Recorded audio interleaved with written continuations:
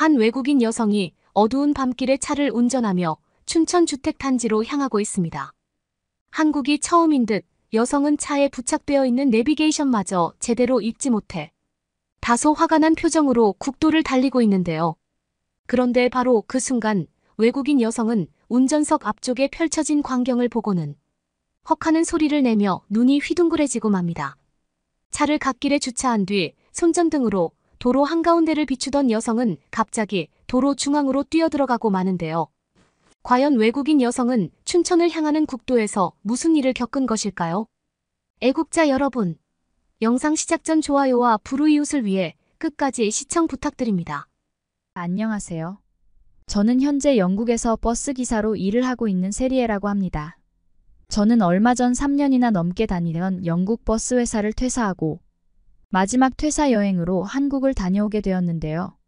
퇴사를 하고 난 직후 저와 친하게 지내던 친구들은 이왕 퇴사를 했으니 다른 일을 구하기 전에 마지막으로 어디 해외여행이라도 다녀오는 것은 어떻겠냐며 제안을 했고, 뜬금없이 저에게 요즘은 한국 여행이 인기가 많다며 저의 한국 여행을 부추기기 시작했습니다.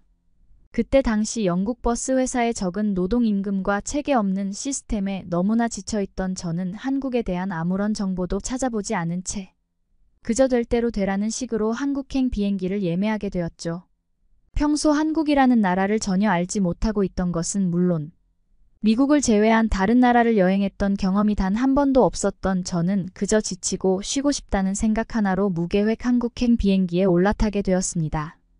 그저 조용한 숲속 같은 곳에서 쉬고 싶은 마음이 있었던 저는 한국의 지도를 펼치고 춘천이라는 곳을 최종 여행 목적지로 선택한 뒤 별다른 짐도 챙기지 않은 채 한국에 도착하게 되었습니다.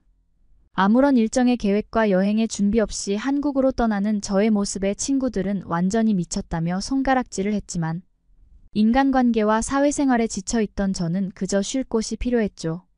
그런데 처음으로 도착한 춘천이라는 도시는 왜인지 모르게 제가 그토록이나 원하던 이상적인 도시의 모습을 가지고 있었습니다.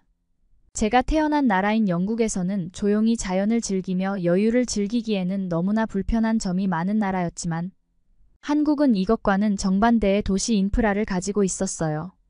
특히 복잡한 곳을 여행하고 싶지 않았던 저는 이러한 이유로 춘천이라는 도시를 선택했는데 어째서인지 한국의 춘천은 숲이나 공원, 그리고 산과 매우 가까운 인프라를 가지고 있으면서도 생활 편의시설에서는 너무나 훌륭했는데요. 평소 콘택트 렌즈를 착용하던 저는 영국에서 살아갈 때에는 렌즈 하나를 사기 위해 차를 타고 30분 이상 이동해야만 도시 번화가에서 렌즈를 살 수 있었는데 영국보다 더 공기 좋고 울창한 자연을 가지고 있던 한국의 춘천은 그저 3분만 차를 타고 이동하면 콘택트 렌즈는 물론 거대한 마트까지 이용할 수 있는 인프라가 이미 구성되어 있었습니다.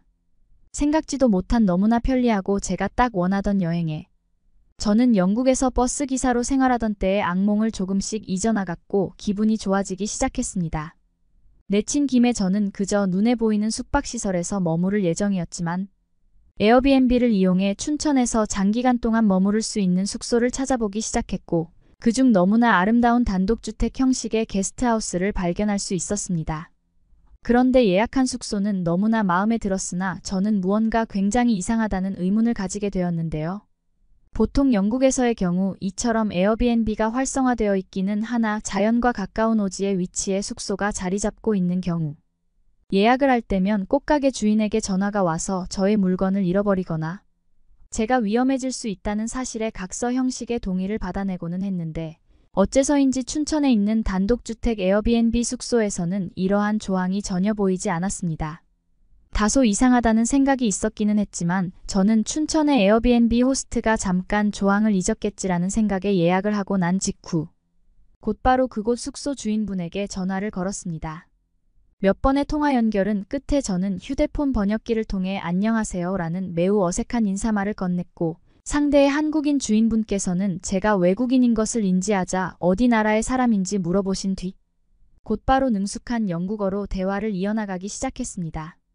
영국에서조차도 중심 도시와 조금 떨어진 지역에 거주하시는 분들은 아직도 영국식 영어를 제대로 구사하지 못하는 경우가 많은데 영국에서 살지 않는 한국인 분이 너무나 자연스럽게 영국 영어를 구사하는 상황에 저는 다소 당황하고 말았죠. 약간의 일정에 대한 질문을 이어나가던 저는 곧바로 한국인 주인분에게 왜 저에게 물품, 도난의 책임을 지지 않겠다는 계약 조항과 생명에 대한 계약 조항 문서를 전달해주지 않는지 질문을 건넸고, 잠시 뒤 들려온 한국인 분의 대답은 저를 충격에 빠뜨리고 말았습니다. 한국인 에어비앤비 호스트 분께서는 자신의 게스트하우스에 혹시 모를 비상 상황에 대비한 CCTV는 물론 곧바로 경찰 출동이 가능한 경비업체 시스템까지 설치되어 있다는 말과 함께 대한민국 그 어디에서도 이제 단순 도둑을 찾아보기는 힘들 것이라는 믿지 못할 이야기들을 해주셨는데요. 불과 몇 개월 전만 하더라도 영국 집에서 낮잠을 자던 중 저의 컴퓨터와 자동차를 도둑 맞았던 경험이 있던 저로서는 한국의 이러한 시스템이나 한국인 호스트분의 말들이 전부 거짓말처럼 느껴지기 시작했고, 영국이 꽤 선진국이라고 생각했는데 한국은 그 이상인 것인가라는 상식을 뒤바꾸는 의문까지 생기기 시작했습니다.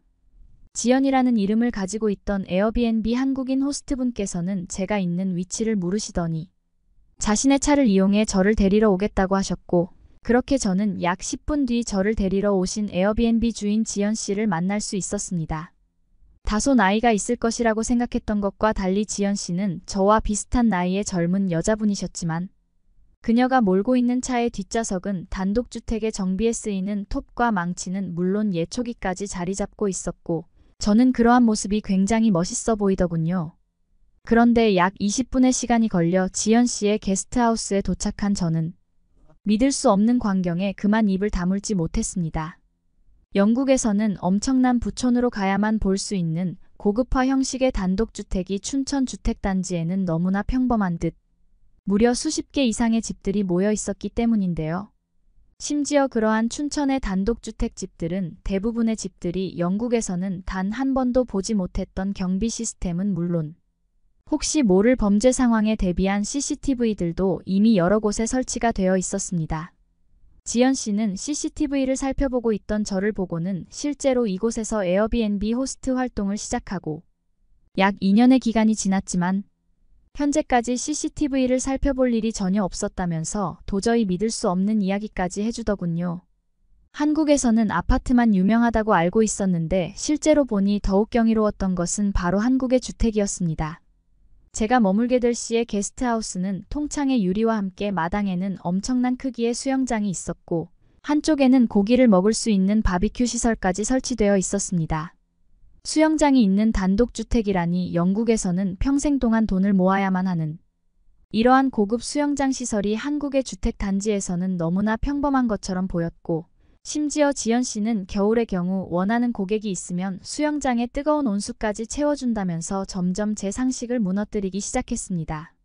실제로 영국에서는 정말 완전한 중심도심가를 제외하고는 가스보일러 시스템이 굉장히 낡아 있거나 아예 설치되어 있지 않은 곳이 많아 온수 자체가 나오지를 않는데 한국의 춘천 주택단지는 주변이 젊고 아름다운 자연경관에 둘러싸여 있었음에도 따뜻한 온수물이 그저 수도꼭지를 틀기만 하면 나왔습니다. 한국인들에게는 그저 당연하고도 평범한 일상이었겠으나 영국의 부모님, 집에서 머무를 때마다 가스버너를 이용해 수돗물을 끓여서 썼던 저에게는 그야말로 이곳이 천국이나 다름이 없었죠. 자연을 보면서 따뜻한 물로 수영장 시설도 이용하고 고기도 먹을 수 있다니 저에게는 그야말로 천국이었지만 지연 씨는 이러한 모든 것들을 누리는 것에는 그렇게 큰 돈이 들지 않았다면서 자신도 그저 평범한 게스트하우스를 운영하고 있는 것이니 그만 놀래라는 농담까지 하더군요. 그렇게 30분이 넘게 춘천의 게스트하우스 단지를 살펴보며 구경을 하던 저는 정말로 한국에서 살고 싶다는 마음마저 생기기 시작했습니다. 이미 저는 영국에서 다니고 있던 버스 회사를 퇴사했던 후라 더더욱 그런 갈증은 커져만 갔고 지연 씨에게 살짝 물어보니 영국에서 버스 기사로 활동을 했었으면 한국에서도 기사 경력을 살려 쉽게 취직을 할 수도 있을 것이라며 조언까지 해줬습니다.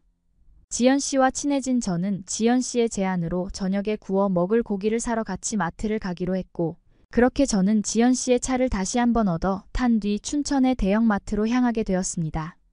그런데 차에 타고 약 5분 뒤 갑자기 하늘에서는 비가 내리기 시작했는데요. 처음에는 그저 이슬비 내렸지만 비는 금세 폭우로 바뀌기 시작했고 지연 씨는 춘천에서는 폭우가 그렇게 신기한 현상은 아니라면서 원래 비가 많이 오는 지역이니 걱정 말라는 마음 편한 소리를 늘어놓았습니다. 하지만 제가 태어난 나라인 영국에서는 폭우가 내리기 시작하면 안 그래도 열악한 생활 인프라 시스템이 완전히 일시 정지되는 것은 물론 일을 제대로 하지 않는 영국 공무원들의 방식 때문에 출근조차 하지 못한 채 꼼짝없이 집에 갇혀야만 했는데요. 그런데 지연 씨는 뭐가 그렇게 마음이 편한지 콧노래까지 부르며 저를 태우고는 마트로 향하기 시작했고, 저는 도저히 참을 수 없는 마음에 지금 당장 차를 돌려서 숙소로 돌아가야 된다는 화를 내기 시작했습니다.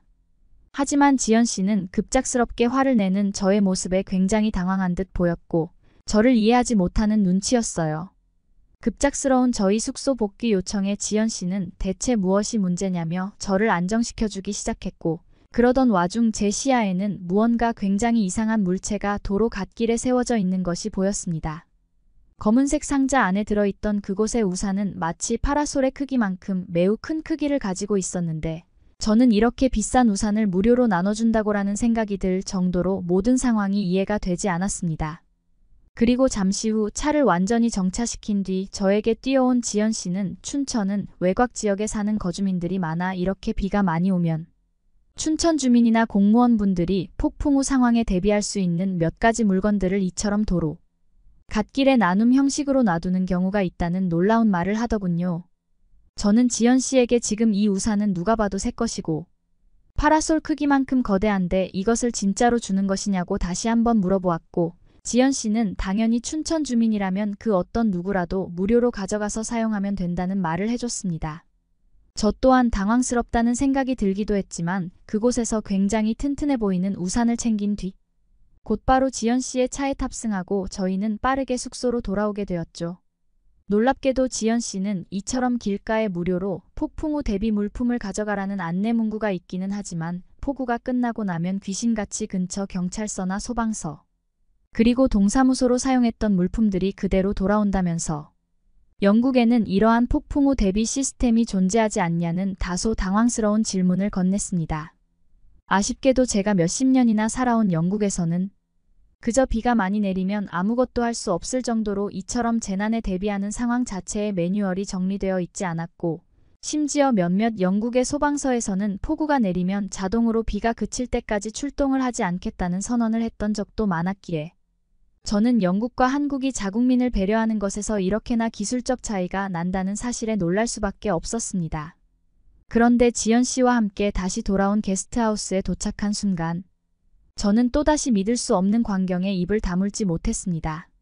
방금까지만 해도 사람 하나 보이지 않던 주택 단지였는데 어느새 그곳에는 수십 명의 한국인 분들이 서로 담소를 나누며 매우 비싸 보이는 재난 장비로 넘쳐 있던 하수구 물을 편리하게 제거하고 있었고, 심지어는 아무런 사람이 없던 지연 씨의 게스트하우스까지 함께 작업을 해주고 있었기 때문입니다. 아무리 같은 한국인이라고는 하지만 바로 옆집이라는 이유만으로 저렇게 경계심 없이 마당으로 들어가 재난 대비를 해주다니.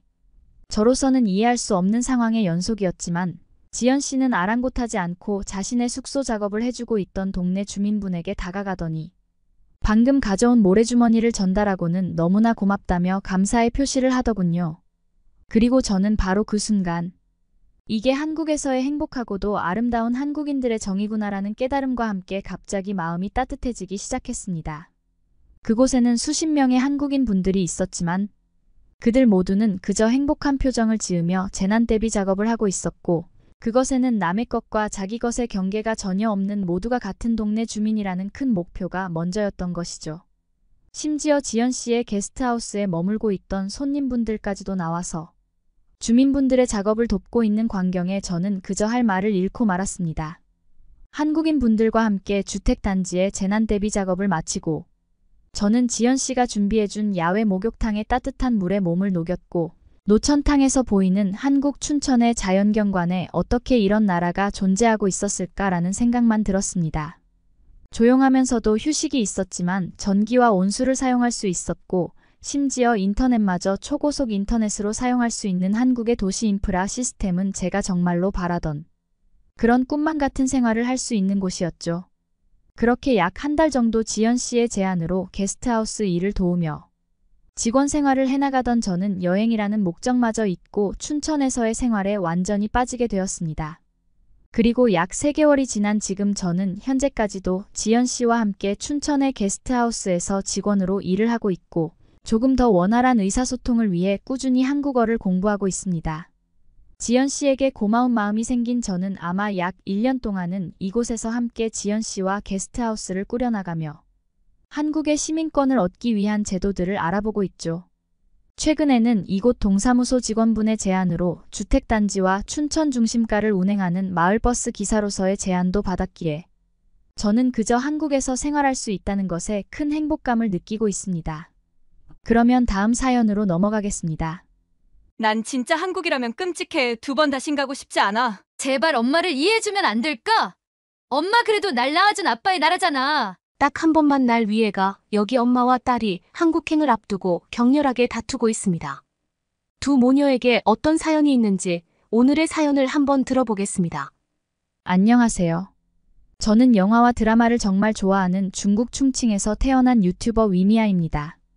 제가 영화와 드라마를 좋아하고 유튜브까지 하게 된 계기에는 좀 가슴 아픈 사연이 있는데요. 바로 제가 어렸을 적 따돌림을 당했기 때문이에요. 지금 생각해보면 정말 말 같지도 않은 이유로 꽤 오랜 기간 왕따를 당했었는데 그 이유는 뒤에서 다시 말씀드리도록 할게요. 아무튼 그때 당시 제게 유일하게 친구가 되어줬던 게 바로 영화 드라마였습니다. 국내에서는 그 누구도 저와 놀고 싶어 하지 않아서는 오로지 방에 틀어박혀 영상이라는 동영상은 다 찾아봤던 것 같아요. 그렇기 때문에 웬만한 콘텐츠는 제가 다 꿰고 있었죠. 특히 좋아하는 영상들은 통째로 대사를 외워버리기도 했어요. 아무튼 그렇게 몇 년을 틀어박혀 영상만 봤기 때문에 늘 새로운 영상이나 더 재미있는 콘텐츠 없나 하고 찾아보다가 심지어 다른 나라의 영상까지 모두 섭렵했습니다. 그래서 대학 들어가기 전까지는 계속 영상에만 빠져 살았던 것 같아요.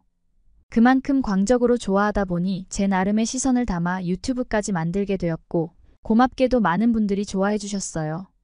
내가 따돌림을 당하면서도 개의치 않을 수 있었던 건 제 영상을 보고 재밌다고 댓글을 달아주시던 분 오늘 힘들었는데 영상으로 위로를 받았다고 하신 분들을 포함해 늘 좋은 댓글을 달아주시는 바로 제 구독자님들 덕분에 씩씩하게 학창시절을 보낼 수 있었던 것 같아요.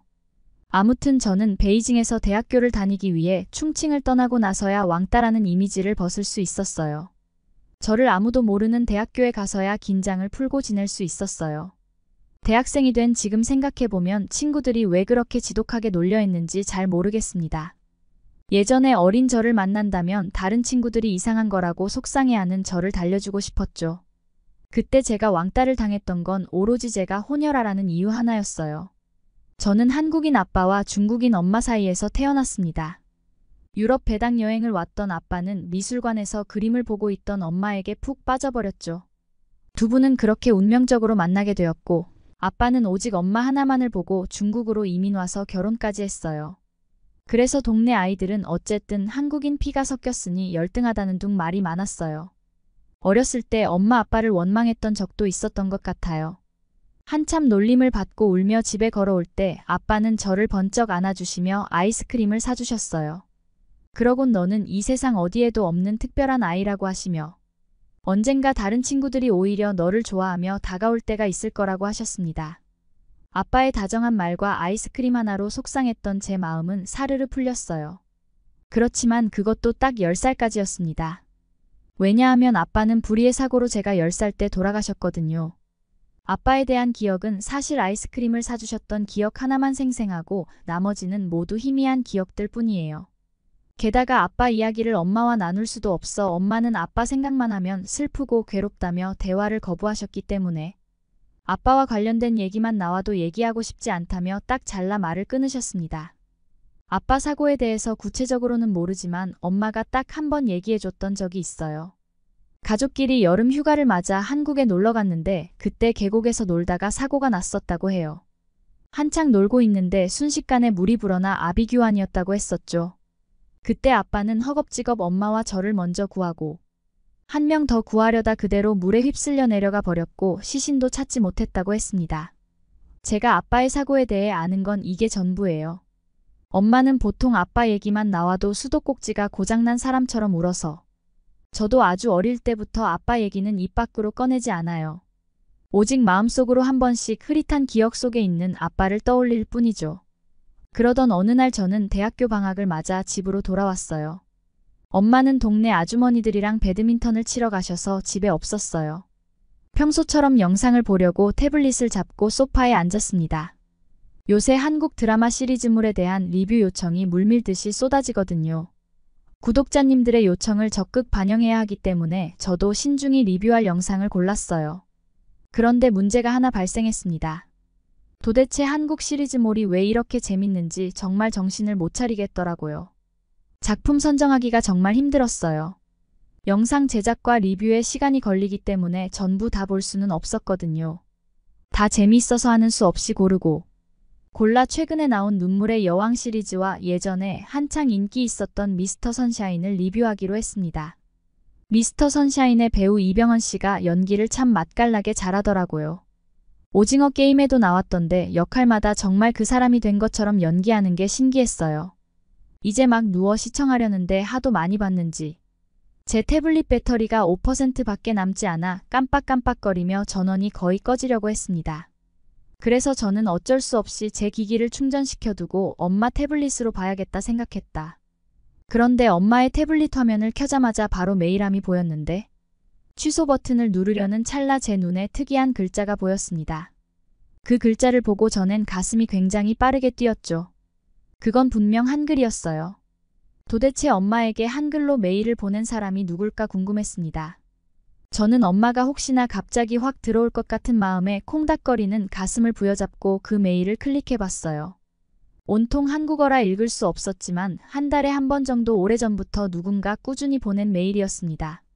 그런데 이상한 점이 있었어요. 엄마는 한 번도 답장을 하지 않았더라고요. 도대체 무슨 내용일까 너무 궁금해서 번역기를 돌리려고 기다리는 순간 현관에서 철컥하고 문 여는 소리가 들렸습니다. 저는 화들짝 놀라 도둑이 된 것처럼 황급히 태블릿을 끄고 거실에서 빠져나와 부엌으로 달려갔어요.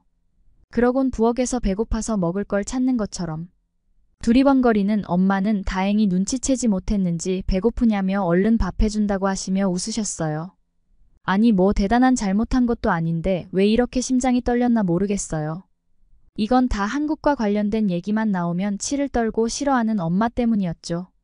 저는 그냥 모른 척 넘어갈까 했지만 도저히 그 메일의 내용이 궁금해 한시도 참을 수 없었습니다. 그리고 엄마가 부엌에서 요리하시는 틈을 타 다시 번역기를 돌렸어요. 그 메일을 읽어보고 저는 충격에 휩싸였습니다. 번역기라 좀 엉성한 문장이 많았지만 메일을 보낸 사람은 아빠의 여동생인 것 같았어요. 아빠에게 여동생이 있다는 것도 저는 처음 알게 되었죠. 그분은 저희 둘의 안부를 궁금해하시며 잘 지내고 있냐고 물었고 언제라도 마음이 내키면 답장을 꼭 달라고 하시기도 했죠. 그리고 조카를 한번 꼭 보고 싶다고 혹시 사진이라도 한번 보내줄 수 있냐고 물어보기도 하셨어요. 너무 애틋하고 다정하게 저와 엄마를 걱정하고 있는 메일이었습니다. 엄마는 왜 답장을 보내지 않는 건지, 왜 제게 고모가 있다는 사실조차 알리지 않은 건지 궁금했어요. 한참 이 메일에 대한 생각으로 머리가 복잡한데 엄마가 밥 먹으러 내려오라고 하셨죠. 식탁 위에는 진수성찬이 차려져 있었지만 도저히 밥이 넘어가지 않았습니다. 온통 메일에만 신경이 집중되어 밥을 먹는 둥 마는 둥 깨작거렸어요. 엄마가 오늘 너답지 않게 왜 이러냐며 방학이라 맛있는 거 잔뜩 해줬더니 감사한 줄을 모른다며 투정을 부리니 분명 한국 얘기와 고모 얘기를 꺼내면 다시 초상집 분위기가 날 텐데. 불편한 상황을 만들고 싶지는 않았지만 어떻게든 이 얘기를 알고 싶었습니다. 밥을 먹고 난 후 과일을 먹으면서 저는 눈치를 보다 어렵게 얘기를 꺼냈습니다. 엄마에게 굉장히 고통스러운 일인 걸 알지만 제게도 중요한 일이고 우리 가족과 관련된 일이라고 얘기했죠. 사실 아까 영상을 보려다가 엄마 편지함에서 고모가 보낸 메일을 봤다고 했습니다. 왜 고모에게 답장을 하지 않는지, 고모의 존재를 왜 숨겼는지 물어봤죠. 엄마는 화가 난 듯한 표정을 지으시면서도 결국 어쩔 수 없었다는 듯 한숨을 쉬셨어요. 그리곤 담담하게 말을 이어나갔습니다. 사실 아빠가 사고 났던 계곡은 고모 가족들과 우리 가족이 한국에서 함께 놀러 갔던 곳이라고 했어요. 그런데 사고가 있던 그해 여름 고모가 정말 좋은 계곡이라며 추천한 곳에서 아빠를 잃게 된 거였죠.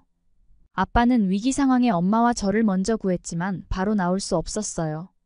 왜냐하면 아빠가 구해야 할 한 사람 부모가 있었기 때문이죠.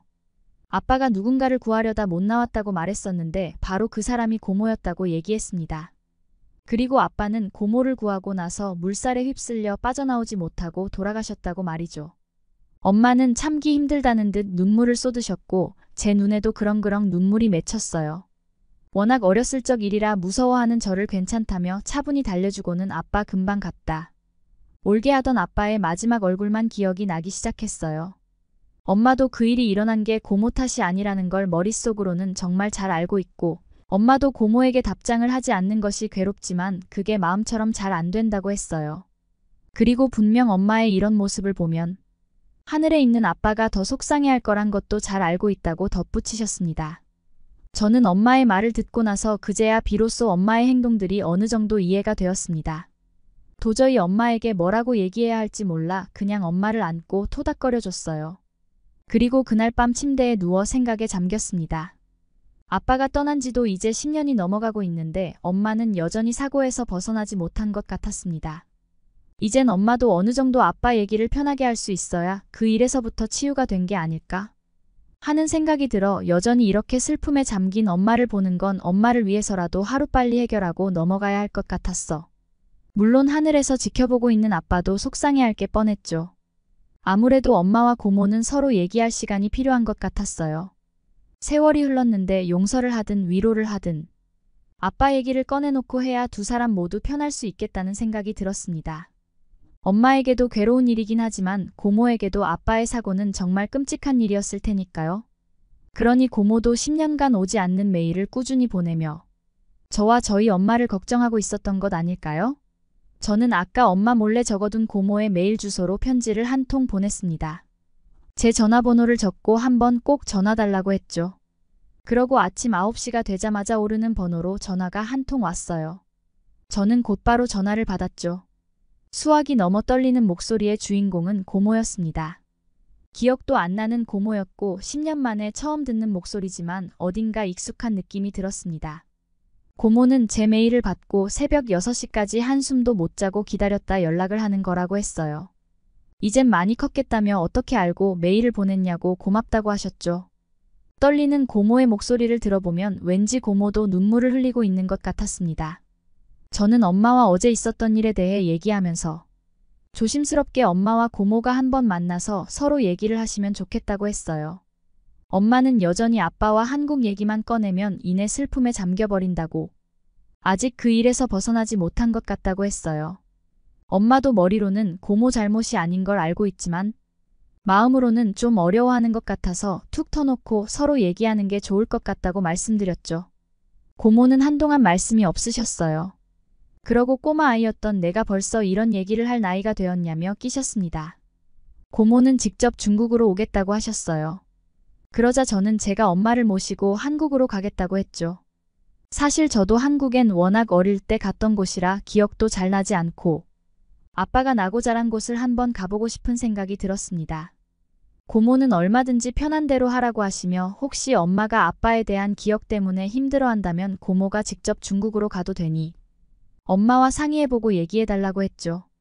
그리고 고모는 정말 고맙다는 말을 연신 반복해서 하셨습니다. 이렇게 직접 저와 통화를 해서 얼마나 기쁜지 모르겠다고 하시면서요. 그러곤 다음에 기억하고 전화를 끊었습니다. 아침을 먹고 나서 저는 엄마를 불러 진지하게 얘기했어요. 그동안 엄마가 늘 슬퍼하기만 해서 솔직히 나도 제대로 슬퍼하지 못한 것 같다고요. 나에게도 아빠는 정말 소중한 사람이라 나도 한번 한국에 가서 아빠 엄마가 매년 갔다 온 장소에도 가보고 아빠가 좋아하던 음식도 먹어보고 싶다고 말했습니다. 우리 함께 아빠를 추억하고 즐거운 기억을 떠올리면 더 이상 아빠를 생각해서 슬프지 않을 거라고 얘기했죠.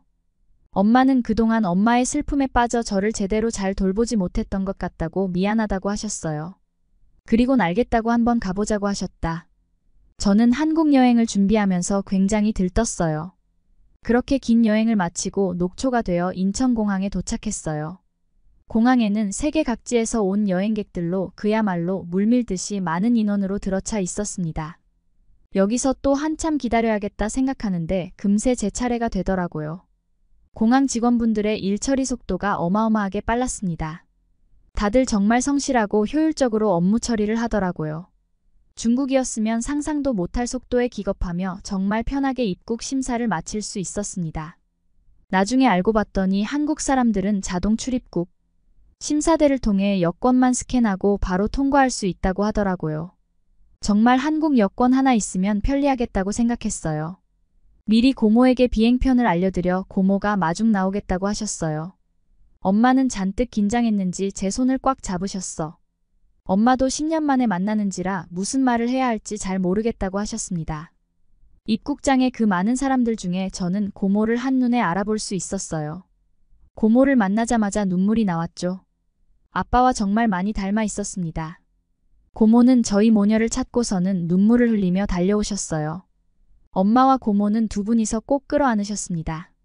엄마는 정작 10년간을 고모에게 연락 한 번 하지 않을 정도로 냉랭하게 대하셨지만 막상 고모 얼굴을 보니 아빠 생각도 나고 뭐라 말할 수 없는 슬픔과 미안함이 몰려왔다고 했어요.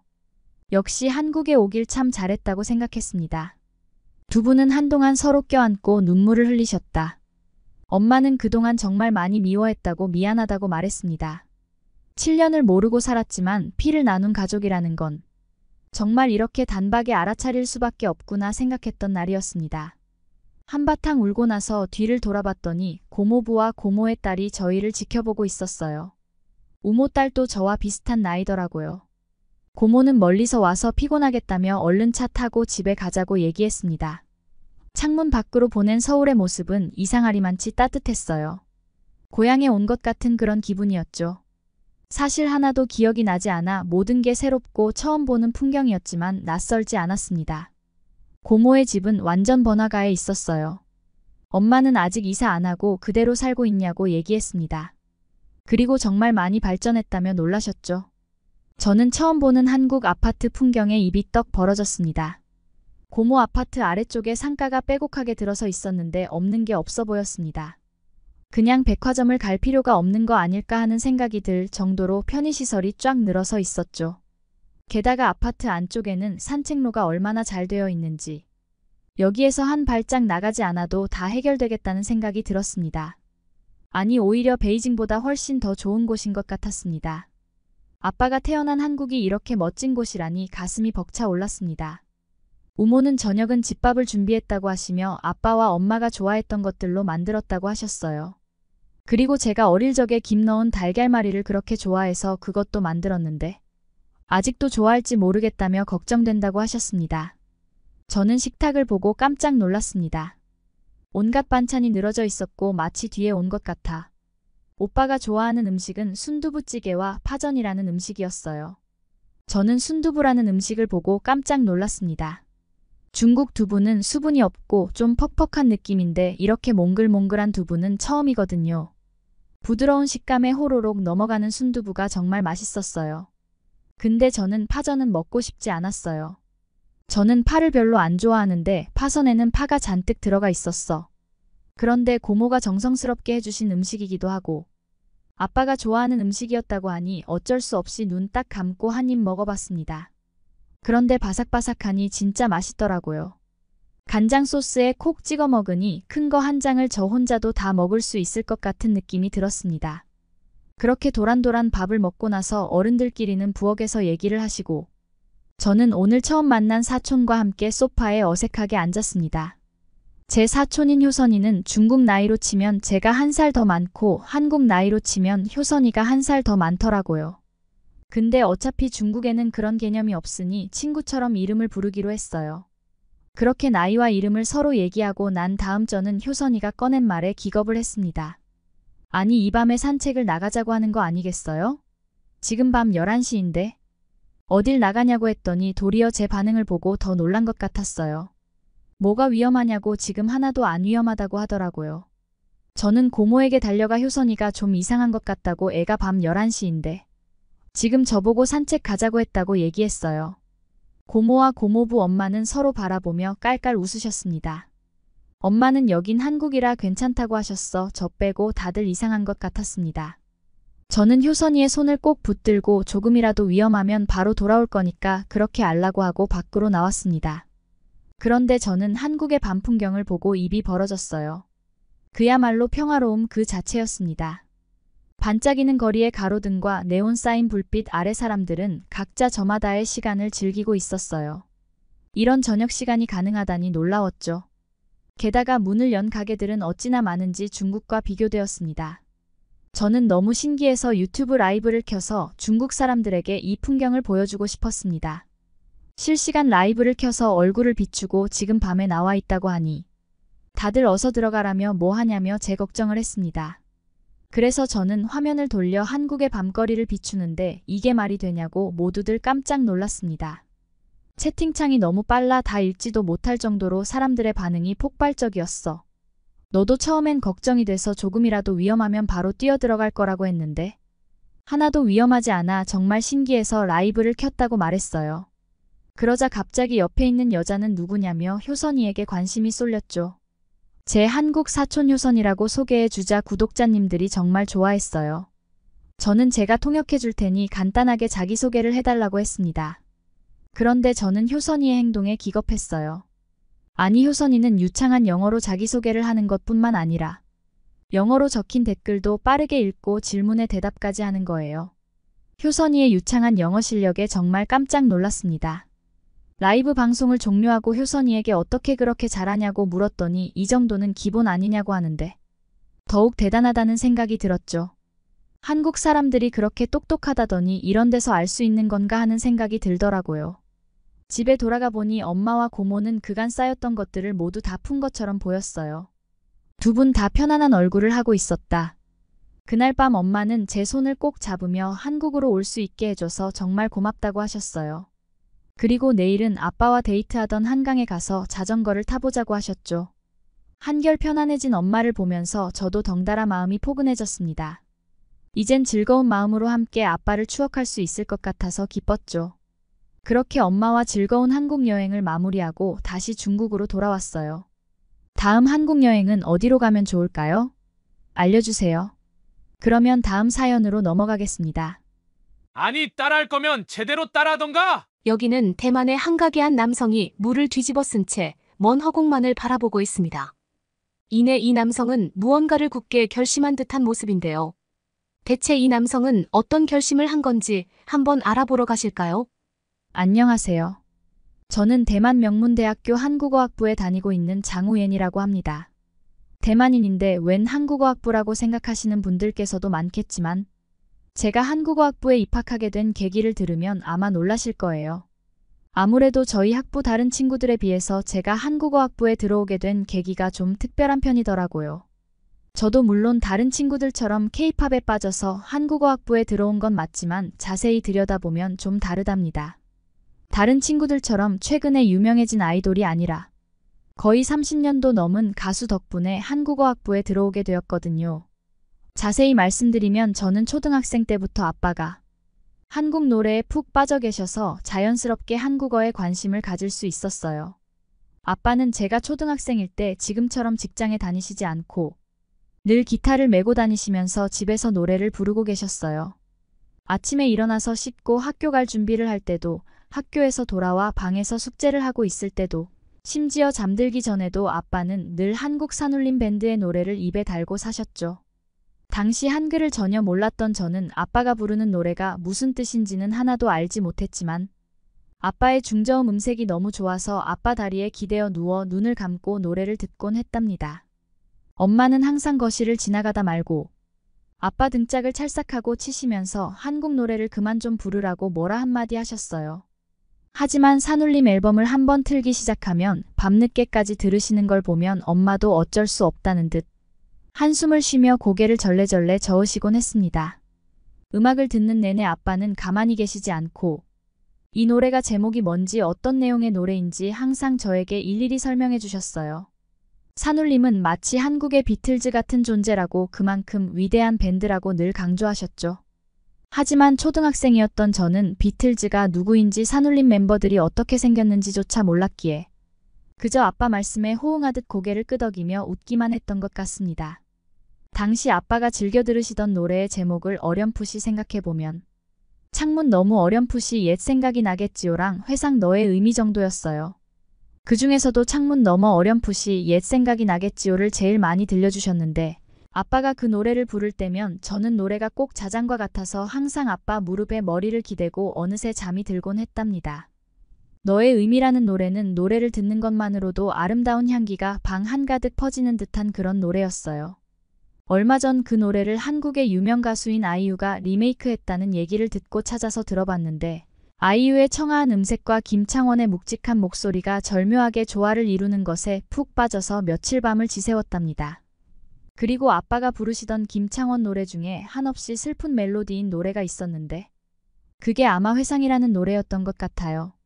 지금 생각해보면 어린애가 뭘 안다고 싶겠지만 아빠가 그 노래만 부르면 항상 눈물이 그렁그렁했거든요. 그땐 그저 아빠가 좋아서 취미 삼아 집에서 노래를 부르고 연주하시는 줄로만 알았어요. 최근에야 아빠에게서 들은 얘기로는 사실 그 무렵 아빠는 산울림을 카피해서 밴드까지 결성해서 활동을 하고 계셨다고 했어요. 식당이나 라이브바 같은 곳에서 산울림 노래를 커버해서 공연도 하고 행사에도 참여하면서 음악 활동을 이어가셨던 거죠. 하지만 아쉽게도 아빠가 하시는 그 일로는 저를 도저히 키울 수 없던 벌이라고 하시더라고요. 아무래도 아빠는 그때 한국 노래가 대만에서 인기가 없어서 못 떴던 것 같다고 말씀하셨습니다. 그 와중에 라이브바에서 산울림 팬들이 아빠 노래를 들을 때면 응원을 해주기보다는 베끼려면 제대로 베끼던가 노래를 너무 못한다며 마시던 물을 아빠한테 뿌린 적도 있다고 했어요. 그때가 아빠 인생의 가장 밑바닥을 찍은 때였다고 하시더군요. 재학비며 생활비 걱정에 몇 달을 고민하시다. 결국 아빠는 회사로 다시 돌아가겠다는 결단을 내리셨다고 했습니다. 그 얘기를 처음 듣던 날 저는 아빠가 산울림 밴드를 얼마나 좋아했는지 알았기에 저 때문에 좋아한 걸 포기하신 것 같아서 방 안에서 혼자 이불을 뒤집어 쓰고 한참을 울었던 것 같아요. 그렇게 전 어릴 적 아빠가 늘 들려주시던 한국 노래 덕분에 자연스럽게 한국과 한국어에 관심을 갖게 되었습니다. 물론 고등학교 때 엄마는 더 좋은 학과로 갈 수 있는 성적이 되면서 왜 한국어학과에 가는 거냐고 뜯어 말리셨어요. 하지만 엄마는 제 인생을 대신 살아주실 분이 아니잖아요. 엄마의 반대를 무릅쓰고 한국어학과에 진학하게 됐죠. 한국어를 배우면서 한국 문화에 대해 공부하다 보니 아빠가 왜 그렇게 한국 음악을 좋아하셨는지, 특히 산울림에 푹 빠질 수밖에 없었는지 조금은 알 것 같더라고요. 지난 주말 시험이 끝나자마자 한 달 만에 기숙사에서 집으로 갔어요. 그런데 현관문을 열자마자 익숙한 멜로디가 귓가에 울려 퍼지더라고요. 어떤 노래였나 제목이 생각이 안 나서 한참을 귀를 기울여 봤는데 산울림의 청춘이라는 제목이 딱 생각이 나더군요. 이 노래도 아빠가 한참을 좋아하셨던 노래였죠. 원래는 아빠한테 뒤에 살며시 다가가 깜짝 놀라게 해드리려고 문가에 몰래 서 있었는데 문틈으로 보이는 아빠 모습에 절로 울컥해지더라고요. 아빠는 노래를 따라 부르시면서 어깨를 떨며 울고 계셨거든요. 그 모습을 보고 문을 열 엄두조차 나지 않았던 저는 조용히 제 방으로 들어갔답니다. 한국어를 몰랐을 때 노래를 들으면 무슨 의미인지도 몰랐는데 한국어를 배우면서 어떤 말인지 알아들을 수 있는 지금 상태에서 다시 들어보니 굉장히 슬픈 노래인 게 느껴지더라고요. 오랜만에 노래를 듣는 아빠를 방해할 수 없었습니다. 저녁 식사 자리에서 온 가족이 둘러앉았어요. 식탁에 둘러앉은 아빠한테 살며시 말을 건넸죠. 오늘 오랜만에 산울림 노래를 들으시는 것 같던데요? 라고 여쭤보자.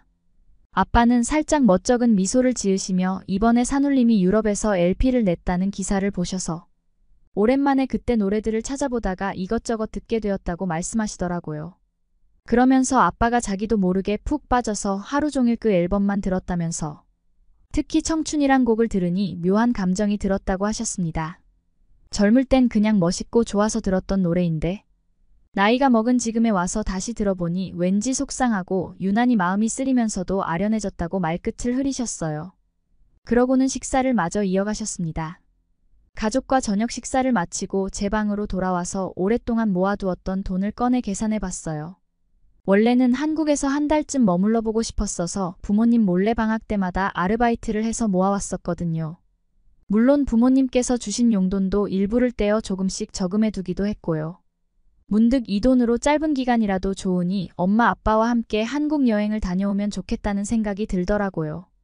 그래서 저는 부모님을 거실 소파에 앉혀놓고 살짝 긴장한 목소리로 이번 방학 때 한국으로 함께 여행해보는 게 어떻겠냐고 여쭤봤어요.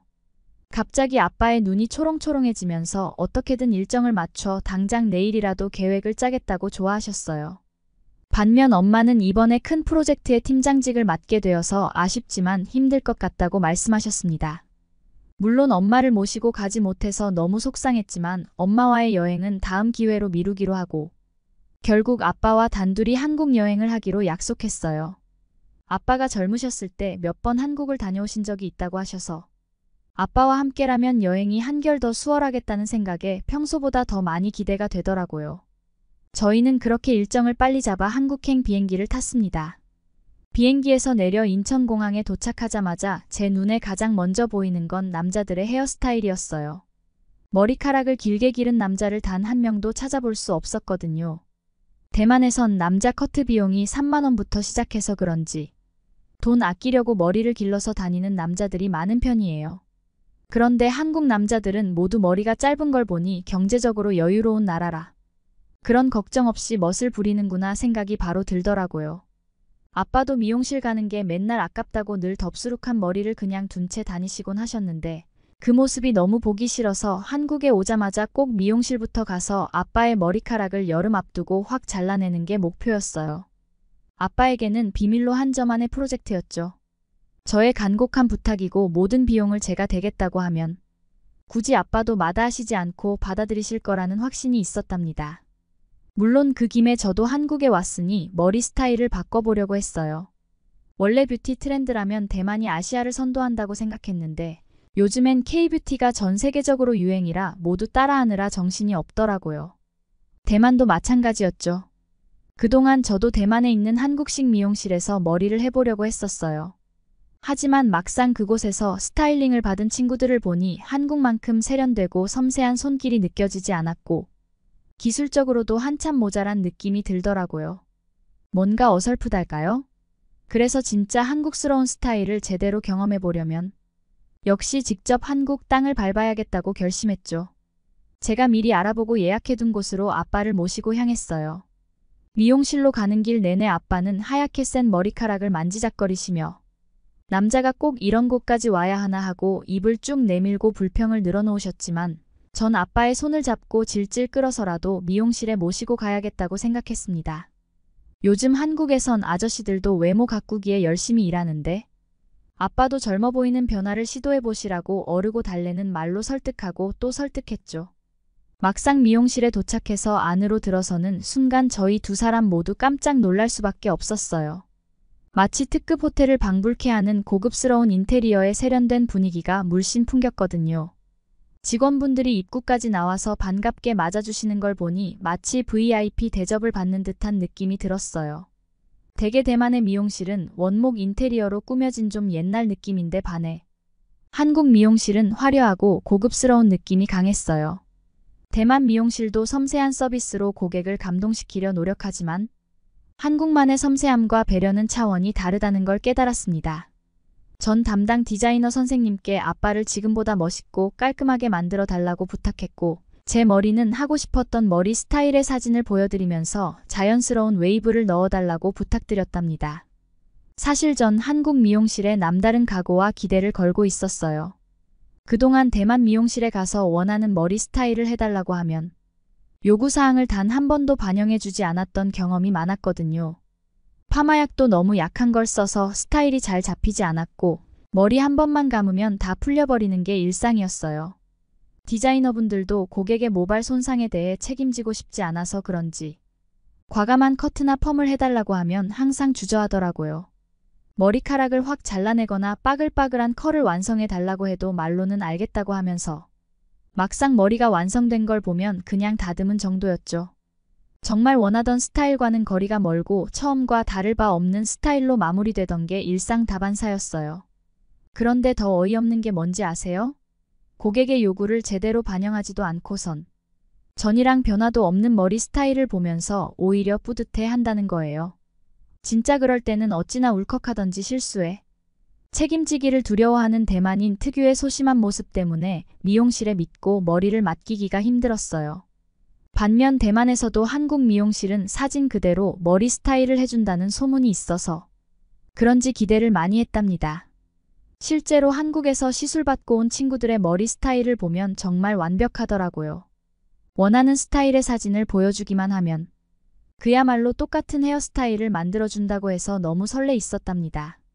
머리 스타일링이 시작되자마자 디자이너 분의 손놀림에 놀라지 않을 수 없었어요. 가위를 휘황찬란하게 돌리면서 제가 원하는 느낌 그대로 머릿결을 시원시원하게 잘라 내려가시더라고요. 솔직히 너무 과감하게 쳐내셔서 혹시라도 실수하면 어쩌나 하는 걱정도 살짝 들 정도였어요.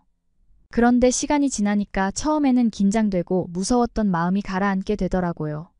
머리카락층을 하나하나 쌓아내려가는 손놀림을 멍하니 계속 바라보다 보니 잠이 쏟아졌어요. 얼마나 잤는지는 기억이 안 났지만 머리를 까물어 이동해야 된다고 잠을 깨우시는 바람에 깼답니다. 펌이 끝나고 머리를 다 감고 다시 의자에 앉았는데 저는 진짜 경악하지 않을 수 없었습니다. 왜냐하면 거울을 봤는데 머리가 완전히 아줌마 머리처럼 빠글빠글했거든요. 완전 머리가 망해버렸다는 생각이 드니 괜히 눈물이 나올 것 같더군요. 한국 미용실에 온 걸 진심으로 후회하기 시작했죠. 진짜 친구들이 원망스럽기까지 했습니다. 하지만 드라이기로 머리를 말리면서 디자이너분이 스타일링을 해주시는데 결과물을 보고 깜짝 놀랄 수밖에 없었어요. 거울 속에 비친 제 모습은 처음에 보여드린 사진 속 헤어 스타일과 완벽하게 똑같았거든요. 그때부터 눈물이 쏙 들어가고 너무나 기분이 좋아서 디자이너분께 계속 감사하다는 말씀을 드렸어요. 머리가 끝나자마자 아빠의 모습을 보려고 달려갔는데 이게 대체 무슨 일이죠? 깨끗하게 다듬어진 머리에 무슨 마법을 쓰셨는지 단숨에 10년은 젊어 보이는 모습으로 거듭나셨더군요. 자세히 보니 지저분했던 눈썹까지 깔끔하게 정리해 주신 게 보였어요. 이렇게나 많은 서비스를 받고 나니 가격이 어마어마할 거라는 생각이 들었어요. 아무래도 대만 미용실보다는 훨씬 비쌀 거라고 각오하고 있었죠. 마음을 굳게 먹고 카드에 돈을 많이 넣어놓긴 했지만 막상 정확하게 금액이 얼마나 추가될지 알 수 없어서 불안한 마음을 감출 수가 없었어요. 그렇게 덜덜 떨면서 결제를 하려고 카운터로 갔는데 디자이너분께서 불러주시는 금액에 깜짝 놀랐습니다. 대만 미용실 가격의 반 정도밖에 되지 않는 거예요. 너무 놀라서 다시 한번 금액을 확인을 했죠. 그런데 디자이너분께서는 환한 미소를 지으시며 이 금액이 정확한 금액이 맞다고 안심하고 계산하라고 친절하게 말씀해 주시는 게 아니겠어요. 도대체 어떻게 이런 고퀄리티 서비스를 이 가격에 제공할 수 있는 건지 신기할 따름이었습니다. 이 가격에 이 정도 퀄리티면 그냥 한국에 와서 머리해도 되는 거 아닌가 싶은 생각이 들 정도였다니까요. 그렇게 파마를 하느라 시간이 오래 걸려서인지 미용실 문을 나서자마자 배고픔이 몰려왔어요.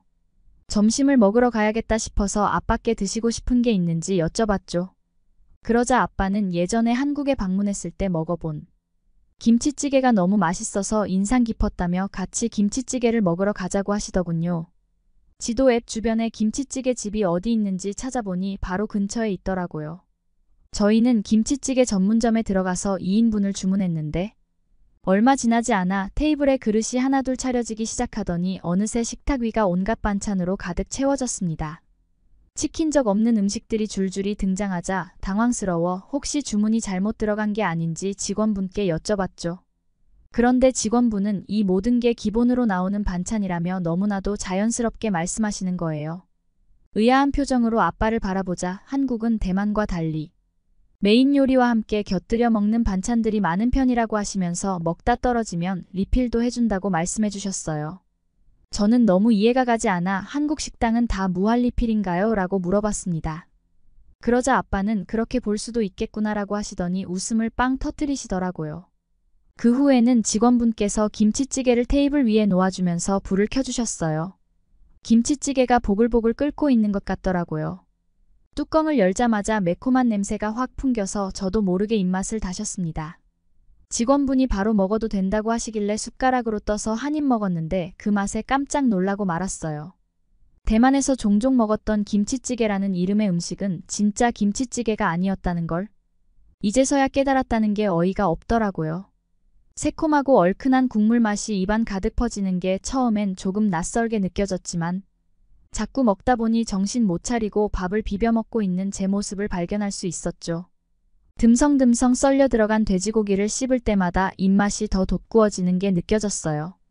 식성 좋은 아빠는 밥그릇을 벌써 2그릇째 비우고 계셨답니다. 테이블 위에 라면 사리도 있길래 호기심에 넣어봤는데 평소 자주 먹던 우동과는 또 다른 식감이더라고요. 쫄깃한 면발에 매콤한 국물 맛이 더 잘 배어들어서 우동사리보다 훨씬 맛있었어요. 김치찌개와 맛깔난 반찬들을 군침이 돌 정도로 맛있게 먹은 뒤 저는 아빠와 함께 식사 후 산책 삼아 청계천을 따라 걷기 시작했어요. 도심 한복판에 이렇게 잘 가꿔진 아름다운 하천이 있다는 게 정말 놀라웠죠. 그런데 그때 아빠가 제게 흥미로운 사실 하나를 알려주셨어요.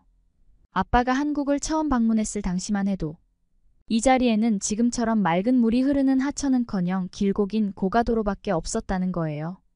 그 모습이 굉장히 삭막하고 어수선했는데 차들이 너무 많이 다녀서 정신이 없었다고 하더라고요. 도로에 파묻혀 있던 탓에 지하에 이런 아름다운 물줄기가 감춰져 있으리라곤 상상조차 하지 못했다고 하셨어요. 그때를 회상하시던 아빠 말씀으로는 옛 서울의 풍경은 마치 잿빛 도시 같았는데 그에 비하면 지금의 서울은 정말 눈부시게 발전했다고 감탄을 연발하셨답니다. 급격한 경제성장과 기술 발전을 거듭하며 짧은 시간 내에 여기까지 온 게 정말 대단하다고 칭찬을 하시더라고요. 저도 공감이 되었던 게 제가 어릴 때만 해도 BTS나 블랙핑크 같은 K-팝 스타가 전 세계를 휩쓸 거라곤 상상도 못했는데 이런 거 보면 짧은 기간에 이렇게까지 발전한 한국이 대단하긴 하더라고요. 그렇게 아빠와 나란히 걸으며 이런저런 이야기를 나누다 보니 어느새 저희 앞에 낡은 음반 가게 하나가 모습을 드러냈어요. 그 안을 들여다보니 요즘엔 보기 힘든 레코드판들이 빼곡히 진열돼 있었죠. 저는 살면서 이렇게 많은 레코드판을 한자리에서 본 건 처음이었어요. 레코드판이라곤 그저 가끔 카페 인테리어용으로 벽에 걸려 있는 것만 봐왔던 터라 신기하더군요. 아빠는 혹시나 하는 마음에 이 중에 산울림 밴드의 음반이 있을까 싶어 레코드판을 하나하나 꺼내 살펴보기 시작하셨어요. 저도 곁에서 열심히 찾아보았지만 아쉽게도 원하는 앨범은 끝내 찾아내지 못했습니다. 너무 감사드린다고 인사하며 가게에서 나와보니 어느새 하늘이 어둑어둑해지고 있었어요. 이런 멋진 풍경 보면서 맥주 한잔하면 딱이겠다 싶었는데 아빠도 같은 생각이셨는지 분위기 좋은데 술 한잔 할까 하고 물어보시더라고요. 전 당연히 좋다고 했죠. 그랬더니 아빠가 갑자기 예전에 한국 와서 가봤던 술집 얘기를 꺼내시는 거예요. 그 술집이 정말 아늑하고 정겨웠는데 아직도 하고 있을지 모르겠다면서 스마트폰으로 검색을 해보셨어요. 하지만 워낙 옛날에 가셨던 술집이라 그런지 어디 있는지 도무지 찾을 수가 없었어요. 어쩔 수 없이 근처 치킨집에 가서 치맥이나 시켰죠. 시원한 맥주랑 치킨을 먹는 내내 아빠는 계속 그 술집에 대한 추억을 저한테 얘기해 주셨어요. 술집 이름도 굉장히 단순한 한글 단어였는데 그 가게는 사장님뿐만 아니라 손님들도 직접 기타를 치면서 노래를 부르는 게 특징이었다고 하시더라고요. 저는 처음부터 그렇게 모르는 사람들이랑 노래 부르면서 놀면 어색하지 않냐고 여쭤보니까 아빠도 처음에는 그럴 줄 알았지만 실제로는 아니었다는 거 있죠. 오히려 따뜻하고 친근한 분위기 덕분에 그 술집에 있는 손님들이 모두 금세 친구가 되는 느낌이 참 좋았다고 하시더군요. 적당히 불어오는 바람을 맞으면서 테라스에서 아빠와 치킨 한 입에 맥주 한 잔은 너무 행복했습니다. 그렇게 아빠의 추억을 따라서 한국을 여행하고 아쉬움을 남기고 대만에 왔어요. 그때 아빠가 너무 아쉬워하시던 모습이 생각나서 대만에 돌아와서도 그 술집을 찾아보려고 했지만 워낙 한국에 술집이 많다 보니 찾아내는 게 사실상 불가능하다는 생각이 들더라고요. 사실 제가 이렇게 글을 쓰게 된 이유는 혹시나 아빠가 가셨던 술집을 아시는 분이 있으실까 해서였어요. 아빠가 그 술집을 찾으면 한국을 꼭 다시 갈 거라고 하시더라고요.